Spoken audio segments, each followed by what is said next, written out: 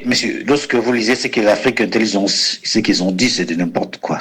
En fait, mais tout ce que vous devez savoir, notre organisation est tellement structurée et disciplinée, que ce soit... tugiye kureba ku byo Africa Intelligence yanditse ati nta bintu bidafite ishingiro rwose, atukurikije uko igisirikare cyacu cyubatse, ati mu rwego rwa discipline duhagaze neza, et sur le plan militaire. ati mu rwego rwa gisirikare nta kibazo. Alors ce qu'ils ont dit, ati ibyo bavuze rero c'est faux et archi faux. Cela a dit, je ne sais pas où est-ce qu'ils ont ramassé ça. Je ne sais pas. C'est faux et archi faux. Merci. ati rero rwose wumvise bavuga amazina y'abantu bakomeye bacu, bavugamo Maheshe, Mayano cyangwa se umwita Mahano, ati bashyizemo abandi barimo nka Capitaine Emery Makenga murumuna we, ati yewe ati nanjye bashyizemo atari ko mba ndurwanira zahabu, mba naragiye kuguma muri turisi nari kuvayo, ati ko haba zahabu nyinshi. Ati rero tweke tumaze imyaka 13 turwana, ati ibyo byose ntabwo tubirimo, ati ntabwo tuzi neza ahantu ikinyamakuru cyagiye gitoragura ayo makuru. Bashimire kandi tubahe ikaze mwebwe mwese mukurikira porogaramu zacu zitandukanye kuri David Marshall TV, muri benshi mukurikira eno shene bagezaho amakuru, nizera ko mukunda mwese. Ntabwo turi butindire muri aya makuru, ariko tubifurije weekend nziza aho muri hose kuri ngenga bihe y'amasaha mufite mu mpande zitandukanye z'isi. Ni umuco wa kinyamakuru, ni umuco wacu ko dusuhuza buri umwe wese abari muri Amerika ku mugabane wose, yaba Amerika ruguru cyangwa se Latino America. Dusuhuje kandi abari ku mugabane w'Uburayi, bwaba ubw'uburengero cyangwa ubw'irasirazuba bwaryo, mwese tubahaye ikaze muri iki kiganiro. Abari mu majyaruguru mu bihugu bya Scandinavia murahari muri benshi, reka tubahe ikaze. Ikindi kandi turasuhuza abari muri Israel na Palestine, bikekwa ko bashobora kubona umucyo bakavirwa n'umucyo w'amahoro nyuma yaho Donald Trump aherutse gusohora umugambi we ukubiyemo ingingo 20 z'uko bashobora kubona umutekano. Icyari gisigaye nuko Hamas yacyo yagomba kubivugaho, yari yarifashe amasaha 72 yatanzwe kugira ngo Hamas igire ikitangaza. Yatangaje ko nawe iri pour n'uwo mugambi kigomba kurekura imfungwa isigaranye ndetse igatanga n'imibiri y'abapfuye mu gihe cy'intambara. Ibura iminsi 3 kugira ngo yuze, ngira ngo imyaka ingahe, urumva hafi 2 niba ntibeshye. So ni iki rero twavuga ko aba bose tubifuriza ishya n'ihirwe no kubaho neza. Uko ndiho neza nawe ugomba kubaho neza, n'undi akabaho neza, twese tukabaho neza. Biri mu burenganzira bwacu bw'ibanze umuntu kubaho neza ntawe umuhagaze hejuru. Palestina na Israel babonye amahoro rero, ni byiza kandi ni inkuru nziza. Noneho Trump yajya yabera ubanza azivuga ibigakunda. Uno mugambi nuramuka uciyemo, no mugambi ndetse yanategetse ingabo za Israel. Biragutangaza kubona mu perezida wa Amerika ategeka ingabo za Israel guhagarika ibitero zigaba kuri Gaza muri ijoro ryakeye. France 24 yatangaje ko hari aho escaramuche no gutera ibitero byakomeje, ko hategerejwe icyo ingabo za Israel ziri bukore, ariko n'ingabo za Israel zikaba zateranye mu nama y'igitaraganya kugira ngo zige kuri komandoma ya Donald Trump yo guhagarika ibitero n'amasasu, ndetse bagatangira umugambi wo gutangira gutekereza gukora ratre bava ku butaka bwa Gaza. Ayo n'amakuru maremare abantu bashobora kuzahara igihe cyayo, bakabikora nk'icyegeranyo. Twazabikora twitonze tureba ku ntambara ya Gaza, cyane cyane igihe izaba yujuje ifunze inweje imyaka 2 ejo bundi ku itariki 7 z'ukwezi kwa 10 n'umwaka 2025. So mu mpande z'isi rero umva ko ari sawa. Aba muri Maroc barashaka ko premier ministre yegura, ntabwo ari ubwami bwegura kuko igihugu ni Maroc n'ubwami. Hanyuma abagenzi bo muri Maroc bakabona gutanga agahenge. Muri Madagascar naho bigeze he, naho nuko barashaka ko ubutegetsi buva bugahinduka. Ibyo byose n'amakuru agenda azenguruka isi. Muri Repubulika ya Demokarasi ya Kongo hari iki turaza kureba ikiri muri Repubulika ya Demokarasi ya Kongo. Muri kino kiganiro hari amakuru twagerageje kubaza umuvugizi mu bya gisirikare Colonel Wilingoma, tumubaza niba koko yemeranya n'ibyo Africa Intelligence yanditse ivuga ko indiscipline muri ingabo za M23 irimo gukubitirwa hareba inzega. Wilingoma yateruye adimba hasi ibyo ikinyamakuru Africa Intelligence cyanditse, avuga ko atazaho cyabitoraguye. Avuga ati on sait pas où l'Africa Intelligence a ramassé ces informations. Ramassage no kugenda utoragura. Muri iki kiganiro turaza kuvamo ikiganiro kigufi twagiranye na Colonel Uwilingoma, hanyuma tuze no turabanza gutera akajisho ku ma update ariho ubundi dukurikirane icyo kiganiro. Ugiye kureba icyo imbuga nkoranyambaga zandika zagarutseho mu Rwanda, Akarasisi k'ingabo z'u Rwanda zari zirangije kosi y'abinjira mu ba ofisiye batoya, tuzi nka officer cadet, bari barangije icyiciro cya 12 muri Rwanda Military Academy y'igako mu Bugesera. Akarasisi kabaye ku munsi ubanziriza ibitaro ku itariki 3 z'ukwezi kwa 10 mu mwaka wa 2025. Akarasisi karanzwe n'udushya twinshi, ha mu buryo bw'imyireko y'abasirikare ndetse n'izindi kanuni zaranze Akarasisi, harimo ibijyanye no kwandika imibare bikozwe n'abasirikare bari ku mirongo, wagira ngo c'est une armée digitale, wagira ngo uti rwose bari digitalized, kuko dusanga tumenyereye twarasisi tuba mu dukoryo twinshi nk'utwengabo za Korea, ngira ngo muri Korea bagira Akarasisi keza, muri Korea y'Epfo, muri China bagira Akarasisi gakomeye, Abarashiya, Abanyamerika ntibakunze gukora Akarasisi, n'Abafaransa n'abandi bantu batandukanye, ariko RDF iri mu bisirikare ku isi bigira Akarasisi. Nakwita kakasamutwe kabisa kaba gakomeye, nko ku muntu utabaranyuze muri military career cyangwa muri carrière militaire, ababona bidasanzwe, ariko kandi n'uwakanyuzemo aho ibintu bigeze uyu munsi hari ugavuga ati semana komeruka Akarasisi kafungwa mwendo wa good match and whatever else, none ubu nakandiraho. Suhuje abantu nzi cyane ko barabahanga mu Akarasisi burungano rwanjye, yego sinakunze kuba mu duce twa Akarasisi cyane, ariko nakane ibintu umuntu yitoza nk'umusirikare wari we wese ubireba gutya bikomeye, ariko uri kuri ground urimo kubyiga nta kintu cyoroshye nk'Akarasisi kugakora ukareba we kaba kamucanze.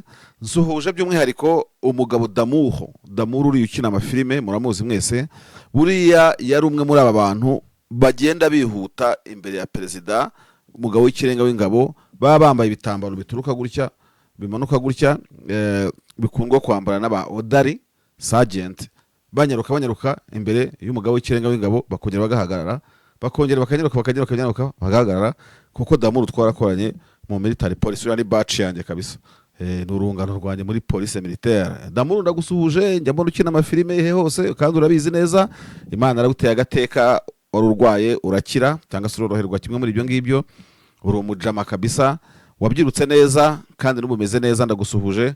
Nsuhuje abantu benshi batandukanye, sinzi ukuntu ntekereje kuri Damuru. Hari umugabo mu Akarasisi k'ingabo z'u Rwanda nyuma nyine y'imyaka 31 nyuma ya rugamba rwo guhagarika jenoside yakorewe abatutsi ndetse na liberation, umugabo bitaga Prosper, abantu bazi Prosper hariya muri military band i Karombe, ari mu bantu badutse bazunguza ya nkoni gutya, niyo bayita inkoni bagenda bagira gutya n'iki, abakobwa bakamukunda bwa Prosper, uretse ko yari n'umusirimu cyane, uno mu buzima busanzwe yari umusirimu, yari umunyamujyi. Prosper yaraza umujyi, umusore wambaraga neza birenze uko ushobora kubitekereza. Mu myaka ya za 90 yaraberwaga cyane kabisa. Prosper ndagusuhuje, bande yose ndayisuhuje. Yagiye nigeze kuba umuganga w'icyo bita General Headquarters, kandi General Headquarters Kankanombe yose ibirimo ibigo byinshi cyane, nari umuganga wanyu. Rero aba muri Atrari ndabasuhuje, niba ari ikiba ubu ngubu narashaje simbizi, ami band niba ari igikorera ndabasuhuje mwese, abashobora kuba banzi abo muri bande y'umuziki ya musique, aba bacuranga pana ba fanfare, banda bitwaga ba Claude wari soliste, ndagusuhuje, uzi solo cyane. Claude abantu baramuzi no mu gospel, yagiye acuranga mu productions menshi, bitwaga Saritana wacurangaga gitari bass, ndagusuhuje.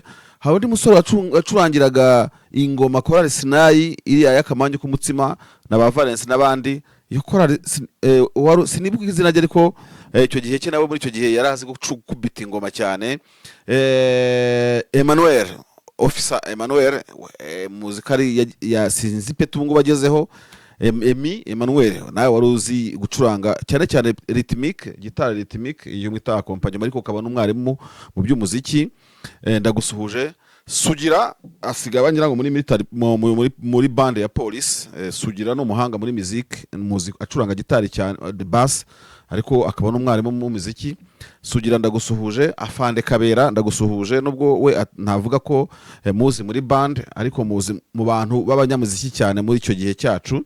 Kabera mwibuka mu giterane cy'abasirikare kigeze kubera muri stade cy'abasirikare bo kwisi yose. Buriya hari igiterane mu Rwanda kigeze kuba kingabo z'ibihugu kwisi yose cyabereye mu Rwanda, ngira ngo 9 hagati y'9 6 9 8 gutyo, hagati aho abantu bazanyibutsa.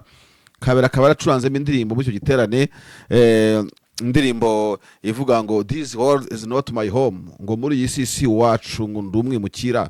Indirimbo y'icountry nziza cyane, ngira ngo yaririmbwe bwa mbere n'uyu mugabo umusaza w'umunyamerika witwa Nibarinde. This world is not my home ni indirimbo izwi cyane, niba ari ya Kenny Rogers sinibuka. This world is not my home. Ndabona bavuga ngo aririmbwe n'uwitwa Jim Reeves, ntabwo nari mbizi, nazi kari Kenny Rogers. Nawe icyo gitaramo yakishyuhijemo, yakishyuhijemo abantu cyane, basirikare bavuye muri Korea, mu Burayi, mu Burusiya hose.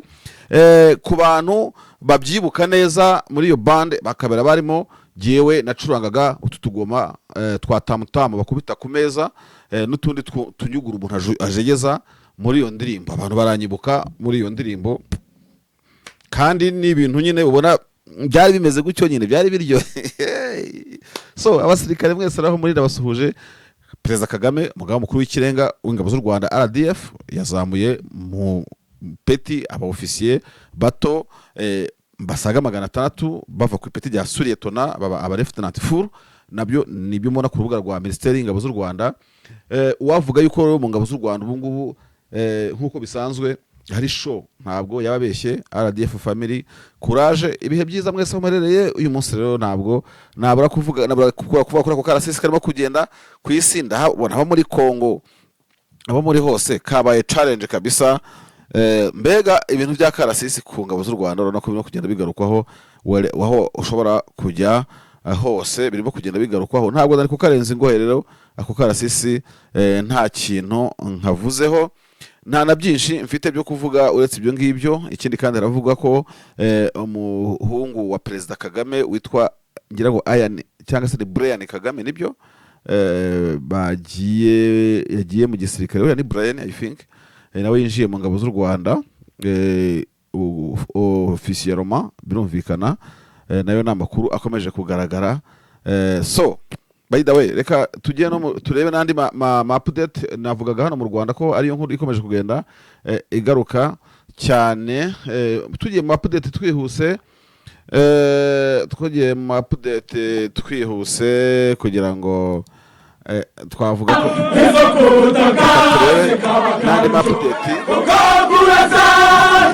yabayeho w'ingabo bafite amatekinike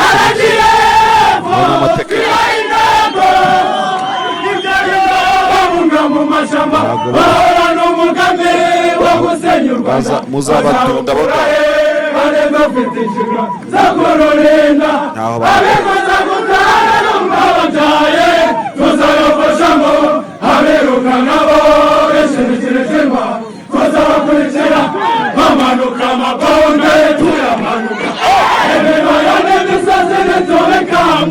akarusho hakaza indege tukamanuka tukabazigira tukabacucuma tukagenderetse aragiye gutsinzi tukahita aragiye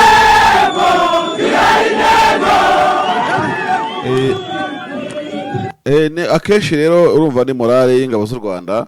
Narimo mbabwira nyine uko bihagaze ubu ngubu ku mbuga nkoranyambaga. Niyo morale ikomeje kugaruka kandi ntago ari ubusa, ni morale ibikomba nyine kugarukwaho, abantu bishimira. Harimo niko kuzamurwa mu mapeti kw'abasirikari. Burya umusirikare wese anyurwa no kuzamuka mu ipeti, nizo nzozi z'umusirikare, ibindi wabizana nyuma. Ariko uko byagenda kose kuzamuka mu ipeti k'umusirikare ni ishema ry'umusirikare, ni igitekerezo umusirikare ahorana ku mutima we kugira ngo azamuke mu ipeti. reka turebe muri Kongo, tunyarukire muri Kongo turebe amakuru ahari, tubone kujya mu kiganiro na Wiringoma kugira ngo tubahe umwanya wo kugikurikirana, birafasha nabyo, ibyo nabyo birafasha, birafasha cyane, birafasha kabisa.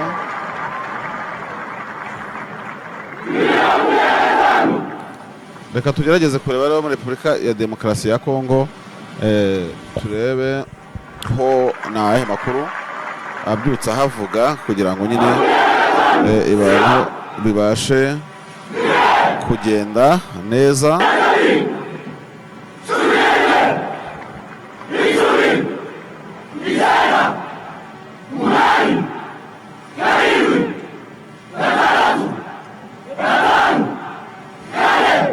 Hano inkuru ikomeje kugaruka urebye sur le plan sécuritaire muri Kongo, nuko muri turi abazarendo bahanganye n'igisirikare, bahanganye hagati yabo, hanyuma muri uko guhangana hakaba havugwa ko haguye abantu 13, ukibaza izi ngabo za Kongo zihora zirwana basubiranamo hagati yabo, kandi mu by'ukuri ari abantu bakoreye igisirikare kimwe bikagucanga.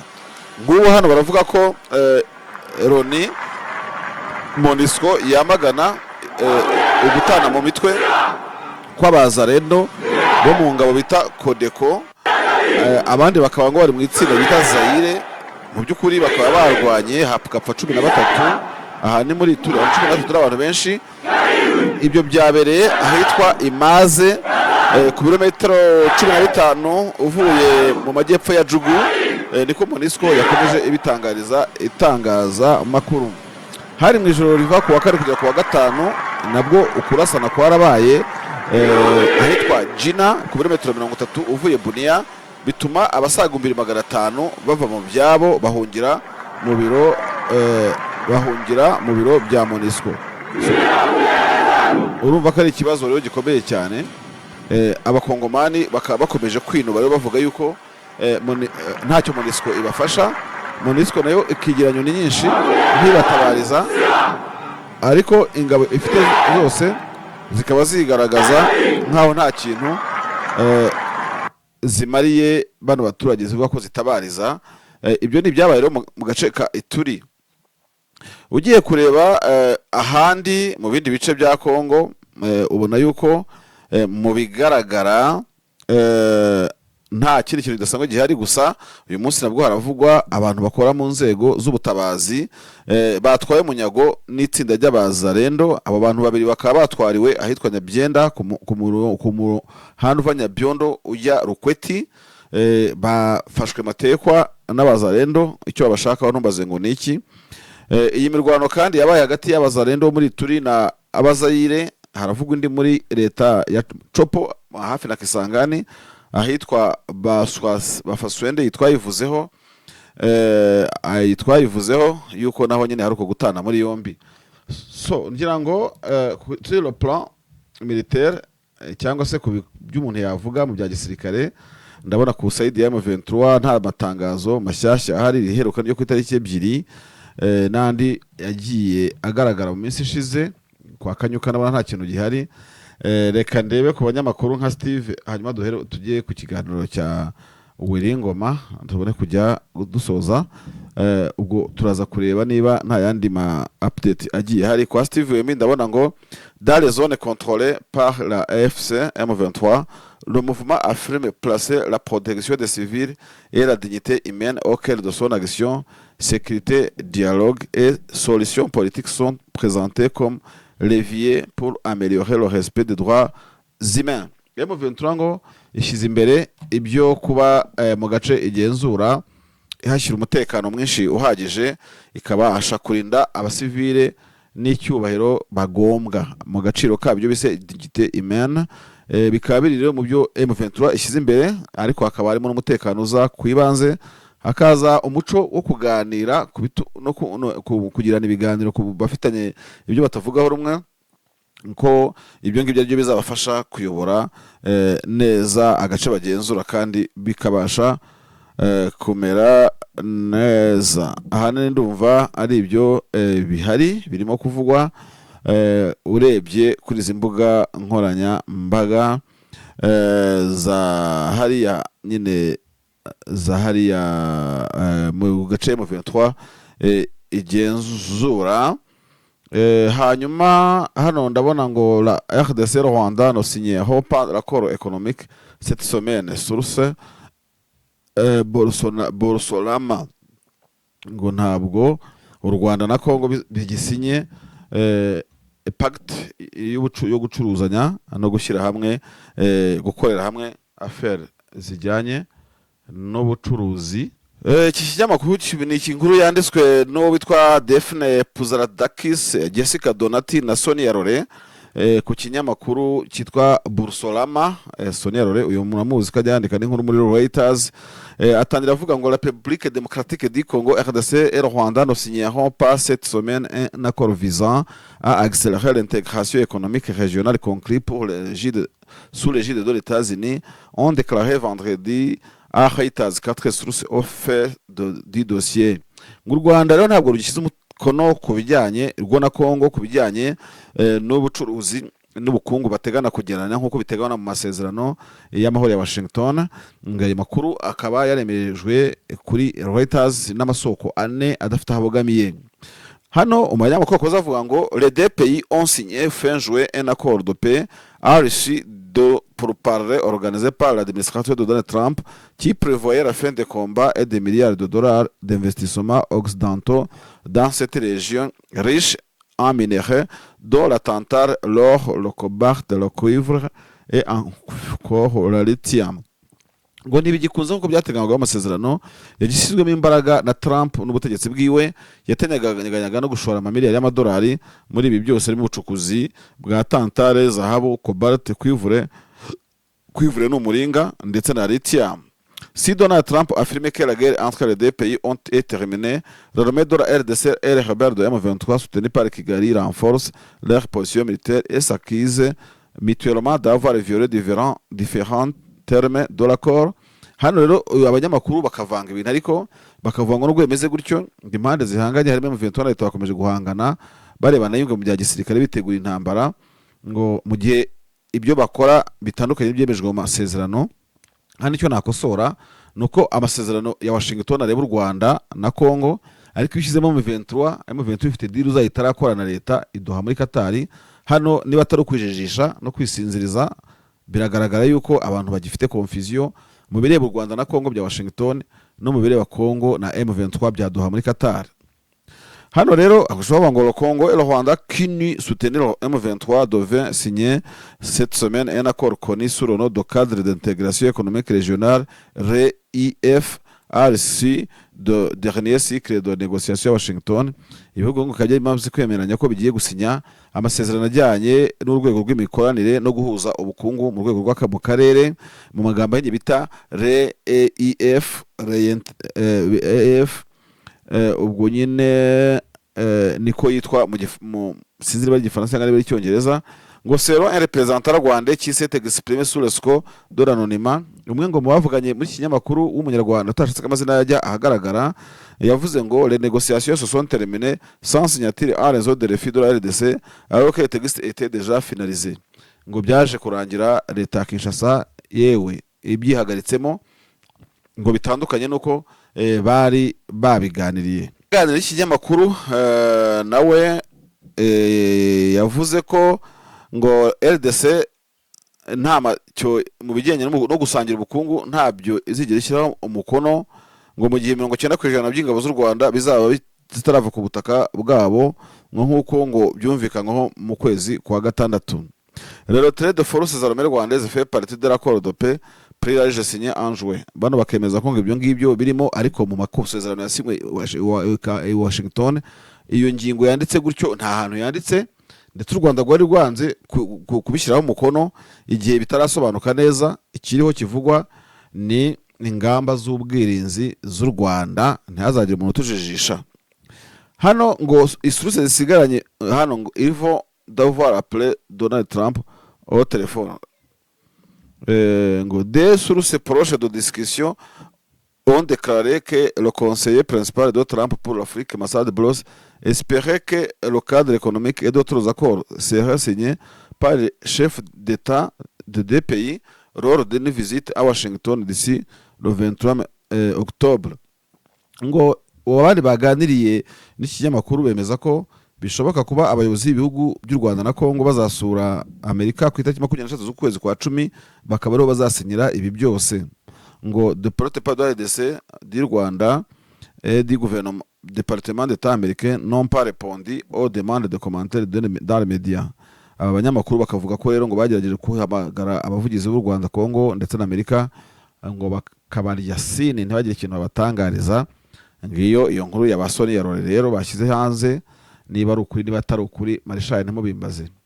Reka muri make rero dukurikiranira hamwe ikiganiro twagiranye na Colonel Uwilingoma, kiraza kudufasha byinshi muza kumvamo mutari muzi. Uwilingoma akaba hakana yivuye inyuma avuga ko nta indiscipline iri mu ngabo zabo za Kongo za M23. Hanyuma rero akavuga ko ataza ahantu ikinyamakuru cyakuye iriya nkuru Africa Intelligence, ati rwose bariya nabo ni abasharirata, abo z'ahantu bakuye ariya makuru pe. Niko bimeze.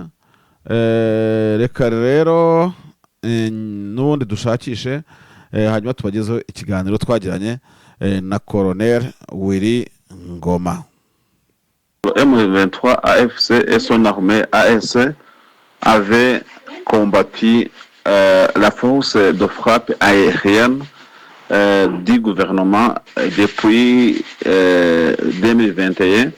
Vous avez maîtrisé l'usage de l'État des drones, des Sukhoi 25 jusqu'à la prise de Goma.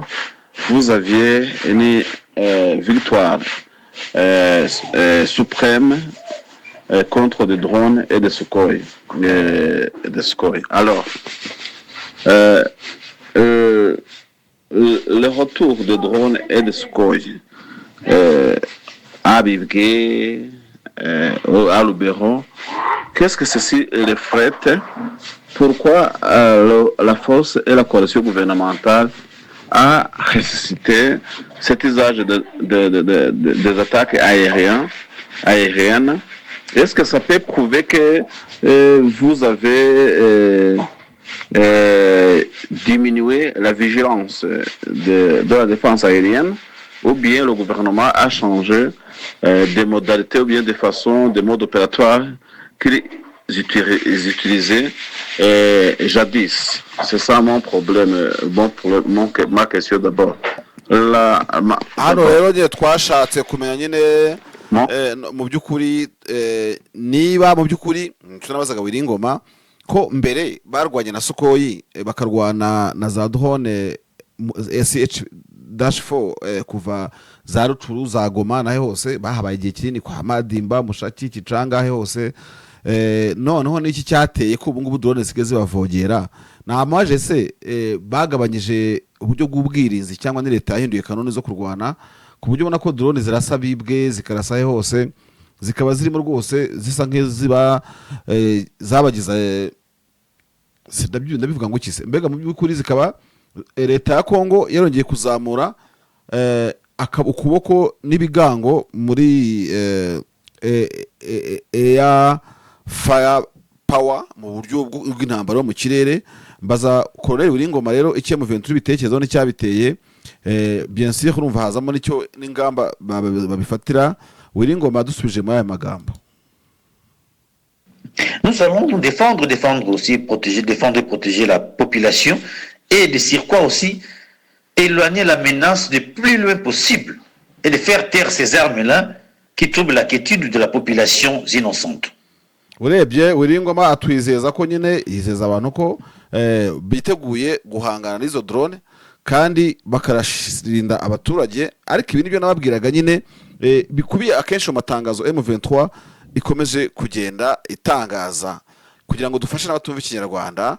nyine nakomeje kumuhata ibibazo Wiringoma kugira ngo ataza kugira ngo nanjye nacitse intege reka mwumve rero. Deuxième question. Ikibazo cya kabiri. Vous êtes politiquement à Doha au Qatar. Doha muri Qatar vous avez signé un cessez-le-feu unilatéral. Je pense que le gouvernement a adhéré sur le cessez-le-feu en cours. Alors, si le gouvernement continue à attaquer l'opposition et la population sous votre zone, votre zone, aviez-vous envisagé de répliquer ou bien d'épanouir votre zone ou périmètre de défense, ou bien vous envisagez de faire des contre-attaques contre le gouvernement, ou bien vous allez rester toujours respectueux aux affaires de Doha sans aller dans des autres horizons qui peuvent contrecarrer les attaques et sabotages provenant du gouvernement. Hano twamaje niba nyine bazakomeza gukunja amaboko niba nta ngamba bafite zo kwagura ibirindiro n'intambara uko n'agace bagenzura kugira ngo babashe guha agahenge ahakomeje kwibasirwa mu gihe bazabigiye imbere, ariko birumvikana nyine bisa n'ibyo yansubije hariya hejuru Wiringoma. Messieurs les journalistes, merci une fois de plus pour votre question. Mais messieurs, nous, depuis que nous avons commencé, nous avons signé de multiples. J'ai déjà répondu à cette question. Mais le gouvernement continue à bombarder les zones densément peuplées. Il continue à bombarder, à détruire des ponts. J'ai cité beaucoup de choses que le gouvernement continue à détruire. Mais en légitime défense, qu'est-ce que nous allons faire? Nous allons nous protéger. Et de sur quoi? Protéger la population innocente, victime de la barbarie du gouvernement. Et là, nous allons le faire promptement, messieurs. Wiringoma ati tuzabikora dufite ingufu, ati nasaga n'abagisubije hejuru, ati twasinye byinshi ariko nta kintu leta ijya yitaho, ati bwako mu by'ukuri, ati ibikorwa byose turabireba, ati gusa uburyo ki tugiye kubikora tuzabikora dushyizemo imbaraga n'ukuboko gukomeye, ati kandi mwese muzayibona.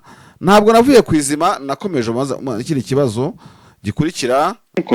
Vous êtes chargé de l'image, le bonne image de l'armée révolutionnaire congolaise. Ni mon colonel mufite mu nshingano zanyu guhanira ko image cyangwa ishusho mu cyama mubere muvugizi idahindana.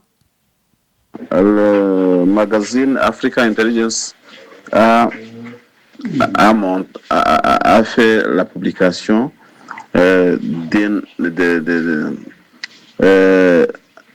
d'une information qui montre que la ARC a commencé les affaires juridiques aux militaires de haut rang, de différents rangs militaires. Nubwo bwose mufite ibikoresho bya gisirikare, ikinyamakuru Africa Intelligence cyatangaje inkuru yerekana ko mwatangiye gucira imanza aba officier bari mu ngeri zitandukanye mu gisirikare cyanyu cya ARC. Ne peut pas entraver votre révolution si vous commencez à punir ou bien à montrer des muscles dans votre discipline militaire. Ndetse ntabwo ibyo bishobora gutuma habaho kurakara, uburakari, kwicamo ibice kugira gute mukomeje kugaragaza ukuboko gukomeye ko gutangira guhana mutarasoza urugamba, ntibyatera bamwe guta morale no burakari mukaba mwashwana hagati yanyu patati patata. Vous êtes un mouvement sérieux qui peut corriger ou bien arranger ses affaires internes, que ce soit dans les affaires militaires et les affaires civiles, parce que dans l'Africa Intelligence, on a trouvé aussi des noms de civils. Et ceci va bien construire de plus votre armée, ou bien ceci peut entraver la démarche militaire que vous avez entamée durant 5 années écoulées presque aujourd'hui. Et que pensez-vous de votre image si la population a découvert ou bien a été informée sur les exactions faites par l'armée l'armée révolutionnaire congolaise dont vous êtes le porte-parole. Mutekereza ko ukuguhana kuzazamura uko musanzwe muzwi izina ryanyu ko risanzwe rimeze ryubakitse cyangwa se bizatuma abaturage babibazaho nyuma yo kumenya ndetse no kwambikwa ubusa n'itangazamakuru ko namwe mukora amanyanga kandi akozwe n'abasirikare ndetse na bamwe mu basivile bo mu cyama cyanyu. Hanyuma reka twumve uko Wiringoma yakurikijeho asubiza ikinyamakuru David Machar TV. Ok, merci beaucoup pour votre question, monsieur. J'ai déjà répondu à cette question d'une manière ou d'une autre. Ils utilisent, donc c'est-à-dire ils attaquent simultanément sur tous les axes, en utilisant l'artillerie lourde, donc l'aviation, il y a des drones d'attaque, et ils ciblent volontairement la population civile pour créer la panique, le désarroi, la désolation, donc la terreur. Donc ce gouvernement utilise la terreur afin que la population puisse se paniquer et de sur quoi quitter certaines zones. Donc pour qu'ils puissent créer un peu de situations pour montrer à l'opinion nationale et internationale que c'est le M23 qui bombarde la population civile. Ils créent ces histoires-là pour créer un peu, susciter un peu quelque chose dans l'opinion internationale. Mais ils bombardent aveuglément des zones densement peuplées. Et donc, c'est une forme qu'ils ont opté. Donc, créer une terreur. Puisque là où ils contrôlent, c'est la désolation, c'est de n'importe quoi. Mais là où nous contrôlons, c'est la quiétude, c'est la paix règne, c'est le paradis. Mais c'est l'enfer. Donc ils cherchent à créer une situation, enfin, donc, de créer quelque chose, donc, de susciter la terreur à la population. Et nous sommes aux aguets, nous resterons aux aguets pour sauver notre population et notre cause qui est juste et noble. Merci.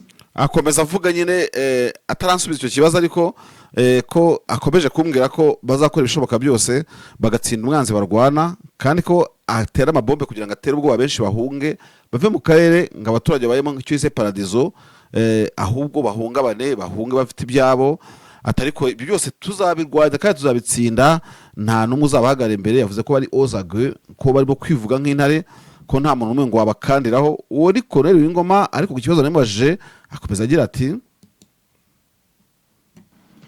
Ok, monsieur, lorsque vous lisez ce que l'Afrique Intelligence, ce qu'ils ont dit, c'est de n'importe quoi. En fait, mais tout ce que vous devez savoir, notre organisation est tellement structurée et disciplinée que ce soit. Atugiye kureba ku byo Africa Intelligence yanditse ati nta bintu bidafite ishingiro rwose atukurikije uko igisirikare cyacu cyubatse ati mu rwego rwa discipline duhagaze neza et sur le plan militaire. Ati mu rwego rwa gisirikare nta kibazo. Alors ce qu'ils ont dit, ati byo bavuze rero c'est faux et archi faux. Ati ni amafuti ntibishoboka ni amanyanga n'ikinyoma kiretse ku kindi. Chez nous, militaires, abasirikare, il n'y a pas l'indiscipline. Nous sommes tellement hautement disciplinés. Lorsqu'on cite que le général de brigade, la deuxième personnalité de l'armée, donc le général Biamongo Bernard, atibaza namwe ahantu bagera bakandika no ku mu general nimero 2 ku mukomanda wa M23 AFC ALC ati general Biamongo Bernard. Ça c'est de n'importe quoi qu'il a volé, ça c'est faux et archi faux. Tukavanga umuntu ngo yaribye c'est faux et archi faux. On dit le colonel Julien Mayano a fait ça. Ati bavuga ko colonel Julien Mayano, on dit que le colonel Jimmy Garouye a fait ça. On dit que le capitaine Emery Makenga, qui est le petit frère du général Makenga, a fait ça. On dit que Basile a fait ça. Donc, on dit que le lieutenant-colonel Wiringoma a vendu de l'or. Messieurs, nous ne sommes pas dans cette révolution pour l'or. Mais nous étions à l'Ituri. On a travaillé là où il y a des l'or en grande quantité. Nous avons laissé ça. Et ça fait 13 ans que nous sommes dans la révolution. 13 ans. Si c'était pour l'or, j'allais rester en Ituri. J'allais rester en Ituri et amasser beaucoup d'or, mais j'avais tout abandonné, tout laissé. En fait, lorsque vous lisez ces rapports, eh bien, ce n'est pas vrai. On cite les noms de militaires, des civils, qui ont fait ça, qui ont fait ça. C'est pas là ils ont tiré cette information. Mais ce qui est logique, la discipline, c'est le soubassement de notre armée, et que l'armée est dirigée par un général major digne, respectueux, responsable, et a une vision pour la République. Et il ne tolère pas jamais de l'indiscipline au sein de l'armée. Là, il faut noter ça. Le général Makenga, c'était un homme digne, honnête, responsable et un général qui connaît diriger la troupe, donc l'armée. Alors, tout ce que l'intelligence là a dit, je ne sais pas où est-ce qu'ils ont ramassé ça. Je ne sais pas. C'est faux et archi faux. Merci. ati rero rwose wumvise bavuga amazina y'abantu bakomeye bacu bavugamo maheshe mayano cyangwa se bamwita mahano ati bashyizemo abandi barimo nka kapiteni Emery Makenga muri umuna we ati yewe ati nanjye banshyizemo atari ko mba ndurwanira zahabu mba naragiye kuguma muri Ituri sinari kuvayo ati ko haba zahabu nyinshi ati rero tweke tumaze imyaka 13 turwana ati ibyo byose ntabwo tubirimo ati ntabwo tuzi neza ahantu ikinyamakuru cyagiye gitoragura ayo makuru ati kandi General Makenga uyoboza ingabo ati ni umujenerali uzi kuyobora ingabo ku rwego rwo hejuru kandi ubikwiye ati gusa logique irimo ati gihuriweho nibyo umwe wese yavuga nuko nyine turi ingabo zigomba guparangana paka igihe discipline yacu iba ku rwego rwo hejuru. Ikibazo cya nyuma nabajije Uwiringoma ni ikihe? Reka tugikurikirane. Ma question aussi, vous avez presque plusieurs axes de combat. Il y a axe de Obero, axe de Masisi Walikale. On peut voir l'axe Mwenga Zibira ainsi que l'axe sud de Twirwaneho M23 vers Uvira Fizi comme ça. L'axe qui est le plus vulnérable aux attaques pro-gouvernementales dans ces jours-ci. Donc je disais Rubero, Masisi Walikale, Zibira, c'est Kivu ainsi que axe de Uvira. La zone, l'axe le plus vulnérable que les autres, ou bien l'autre chose que je peux vous questionner, j'aimerais savoir si vous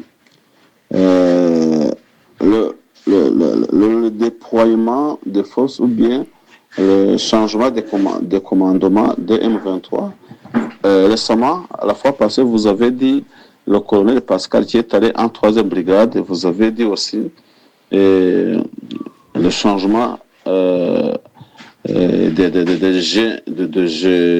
G4, c'est pas G4, G5 comme ça. Est-ce qu'il y avait-il des autres changements de commande au sein du commandement du M23 que vous pouvez nous dire ici, ou bien dire notre audience? Est-ce que c'était un processus continuel?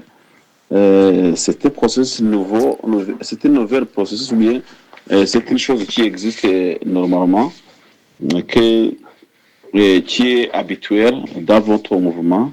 Eh bien, à la fin, vous allez nous donner le message, ou bien la situation actuelle, comment la situation se porte aux alentours des positions, ou bien au centre de votre position. Qu'est-ce qui se passe à Lubero, à Masisi, au Sud Kivu, et qu'est-ce qui fait l'effort là-bas que notre audience peut profiter de cette occasion en parlant avec vous? Merci beaucoup. Namubajije niba Nous allons nous défendre et protéger la population et de sur quoi aussi éloigner la menace le plus loin possible et de faire taire ces armes. Merci beaucoup, M. qui troublent la quiétude de la population. C'est une très bonne question. twifuje kumenya nyine uko byaba byifashe ku rugamba ku ngeri zitandukanye. Twavuze kuri agisi ya Rubero ruguriya, tuvuga Masisi Walikale, tuvuga Nzibira usa nk'ureba Shabunda Kindu, ariko na Uvira twagomba kuhareba. Reka rero twumve nyine icyo yadusubije Colonel Wiringoma.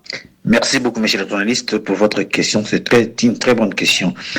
Vous allez vous en souvenir, notre armée, donc l'ARC, Armée révolutionnaire congolaise, donc l'armée du AFCM 23. En fait, lorsque nous avons commencé cette guerre, messieurs, lorsque nous étions à Tchanzu, à Runyoni et à Musongati, chaque jour, nous étions bombardés par les hélicoptères de la MONUSCO pendant un certain moment, et ils faisaient des hélicos, voire même 3, qui faisaient des rotations par jour pour cibler rien que la colline de Musongati, Tchanzu et Runyoni. Et lorsque nous étions dans la hauteur à Sabinyo, ils utilisaient le BM. Même à Tchanzu, ils ont utilisé des BM. Ils ont utilisé de multiples chars de combat. Ils ont utilisé des Kateoucha, ils ont utilisé plusieurs sortes d'armes et des drones. Alors, messieurs, ça n'a pas empêché que nous puissions dégager de loin ces dangers jusqu'à récupérer Bunagana. Et par après, Molo, nous avons récupéré Ruchuru, Kiwanja, pour éloigner la menace du plus loin possible. Ils ont acheté plusieurs armes, ils ont appelé plusieurs armées dont vous connaissez, et les mercenaires, ils ont utilisé toutes les technologies possibles, l'artillerie, donc ils ont utilisé tous les moyens, mais ça n'a pas empêché notre détermination, puisque nous nous combattons pour une cause juste et noble. Et nous sommes arrivés à Gouman, et nous sommes allés jusqu'à Bukavu pour libérer la population et pour éloigner ces dangers les plus loin possible. Puisque à ce temps-là, jusqu'à aujourd'hui, nous disons, nous aimons la paix, mais c'est le gouvernement qui ne veut plus qu'il y ait la paix. Même si tu parles de politiquement, nous sommes à Doha, messieurs. Mais réfléchissez, nous sommes à Doha, au même moment, on condamne encore un ancien président, un sénateur à vie, puisqu'il était venu faire des consultations pour demander, pour voir, pour qu'il y ait la paix, qu'est-ce que nous pouvons faire. Il n'est pas membre de l'AFCM 23, non. Il est venu comme tout Congolais, dans les territoires congolais, mais il est condamné à mort, soit en disant qu'il est le chef numéro 1 du M23. Quelle contradiction. Vous êtes à Doha, on condamne quelqu'un à mort et à payer des milliards et des milliards de dollars, puisqu'il est le numéro 1 du M23. Alors que vous êtes sur la table, même table avec le M23. Est-ce que vous comprenez ça? C'est que le gouvernement ne veut pas la paix. Ils n'ont jamais signé le cessez-le-feu depuis que nous avons commencé. Nous avons signé combien de cessez-le-feu? Et ils n'ont jamais voulu ça. Ils ne font pas ça. Ils ont amené des Sukhoi, des hélicoptères de combat. Ils ont amené tout, l'artillerie. Mais ça n'a pas empêché que nous puissions libérer les territoires pour sauver la population qu'ils veulent exterminer. Ils bombardent là où il y a la population, dans des zones densément peuplées, pour créer des paniques. Puisque là où ils contrôlent, c'est le désordre, c'est l'anarchie. Ils veulent créer aussi la panique. Ils bombardent là où il y a la population. Ils bombardent des écoles. Ils bombardent, je m'excuse, des bonnes fontaines, là où la population puise de l'eau. Ils bombardent les écoles, le marché, même les églises. Donc, en aimant, les gouvernements ne veulent pas. Vraiment, il n'y a pas la volonté politique. Donc, ils ont amené des mercenaires, vous connaissez, ils continuent à les amener. Mais, messieurs, nous n'avons pas baissé les bras ni la vigilance. Nous sommes aux aguets. Nous allons continuer à défendre la population et à nous défendre. Et professionnellement aussi. Merci. arakoze rero Colonel Wiringoma umuvugizi w'icyama cya M23 ishami rya gisirikare ku biganiro aduhaye aherutse ashoje avuga ko nta munsi n'umwe leta ya Kinshasa yigeze igira ubushake bwo kuhagarika imirwano avuga ko iteka uko babikoraga nka ARCM 23 bonyine rero ko leta nta bushake ifite atanga urugero aho ingabo za leta zirwa zirasaba abaturage batuye kugira ngo zishyire zibe mu bwoba bahunge bajye kubaho nabi batingo zabo kugeza ngo naho barasa ku mavomo amariba ibyo yise amafontaine bavoma amazi kugira ngo nyine leta batesha umutwe atari mu bibazo leta itesha umutwe abaturage bayo ati kandi mu bibazo nanga abantu tuganira duhaturi mu biganiro bagafata umuntu bakamushinja ibyaha nka Kabila utarigeze uba no mu Rwanda cyaka wa FC atariko kubera ko gusa yaje aho dukorera bakamukatira igihano cy'urupfu kandi bakamuca n'amamiliyaridi y'amadolari angana kuriya